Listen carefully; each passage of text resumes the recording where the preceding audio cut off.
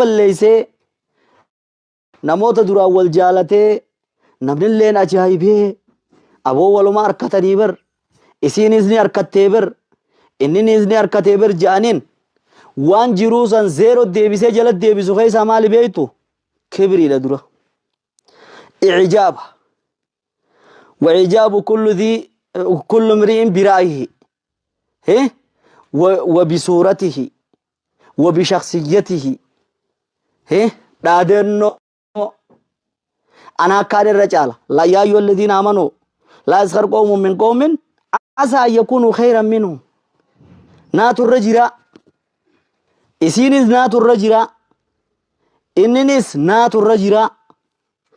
واني الرقودان بلتي تنبليسو كبري ديچو تاكنا جا ايغا خناتي ماس كبري تنمالي واني وابليسو مالي انان شكي الغيرة الزائدة الشك الزائد أكنا مكلاس إنني زيوني في سين كرابيراتي أنت يوغا إجرى لبسته وان براتي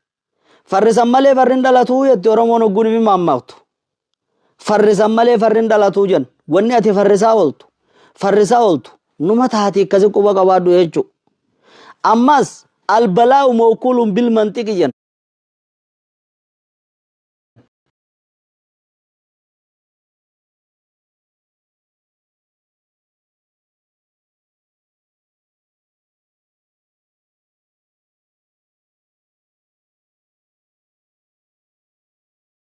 akkas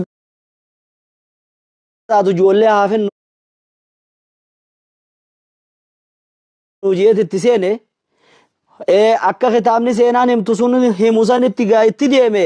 hin dandeenye dhaamannu jechu wanni wal yaadachiifnu waan khatara namatti ta'u tan bultii diiguudhaaf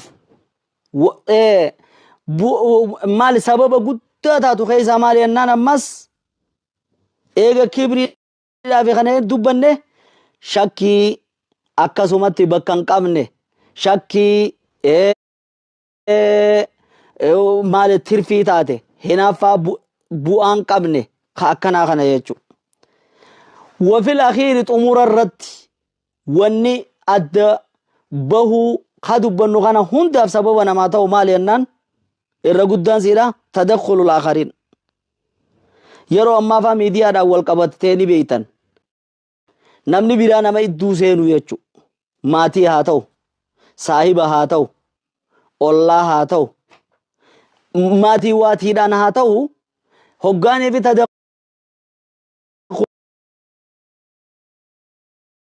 dhufuun siidhaa hin haftu jechu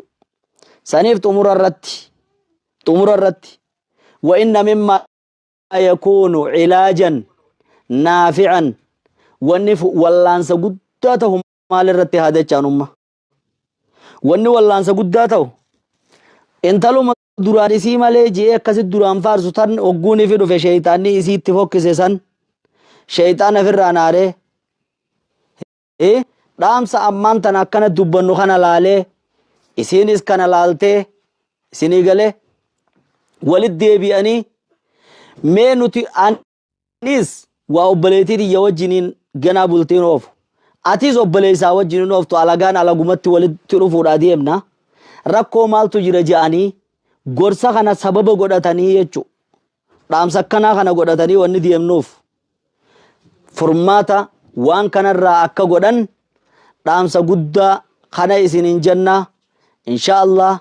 adawwii namaa adawwii shayxaanaa akkasuma ammaas khajinniidha hunda hin gammachiisinaadha jechuun dhaammachuu barbaada isiniin jecha xumura irratti allahumma aslih hayaata azwaajinaa rabbiin jiruu